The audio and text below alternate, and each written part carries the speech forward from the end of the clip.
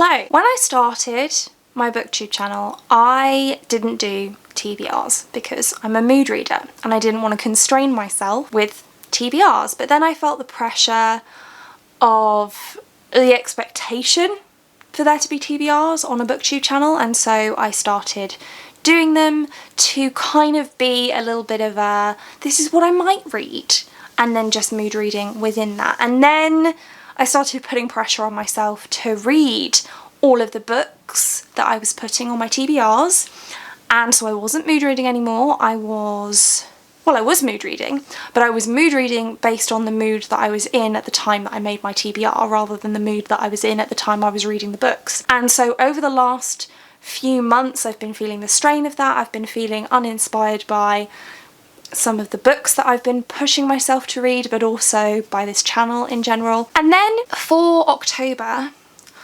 I am doing this reading challenge with Jessie from The Bookish Mum, where we read books from our subscription boxes that we haven't been reading. And we didn't set a TBR, we set what Jessie has dubbed in her Discord a pile of possibility, and I absolutely love that term. So I'm not going to be doing TBRs on my channel anymore. I've kind of enjoyed this month reading on a theme, which was reading the BookBox books, but I am starting to feel a little bit constrained by that at this point in the month, which is usually the point in the month that I start to feel constrained by my TBR. So it's a possibility that I will move away from that within the next few days, but I kind of like the idea of it initially. So I'm not going to have TBRs on my channel anymore. I'm just not feeling it right now. It's not to say they won't come back in the future, but at least for right now it's just not working for me. So I'm going to be moving to piles of possibility. Thank you to Jessie for that term. I feel like it is giving me what I need. So piles of possibility, and this is the first one. So I think that in November I would like to focus on reading sequels. It's particularly apt because Cytonic by Brandon Sanderson is coming out, and I will definitely be reading that as soon as it's out. I'll be rereading Starsight. I've already reread Skyward, so I'll be rereading Starsight, which is book 2, and the novellas, which the first one of them is out. I think the second one is coming out shortly. Then Cytonic will be out, and the third novella will be out, so I'll be reading all of those. And there are just some other sequels that I kind of would like to get to, so that's what I'm going to do. And I'm going to just look at my shelves right now and tell you what sequels I spot that I am potentially interested in reading. And that's my doorbell. I'm back. It was Amazon delivering the giant glass jar that I ordered to put all of my bath bombs in. If you haven't seen my recent Lush haul, then head over to watch how much I bought. It was a little bit ridiculous.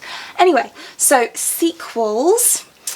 What do we have? So I should probably continue with the Throne of Glass series because that's been ongoing for ages. I should also probably finish the Red Queen quartet because I only have the last book to go. There's a good chance I'll DNF it, so I should probably just go ahead and figure out what's happening with that. But this is all just pile of possibility. I'm not going to force myself to read anything that I'm not in the mood for. That's kind of the point of all this.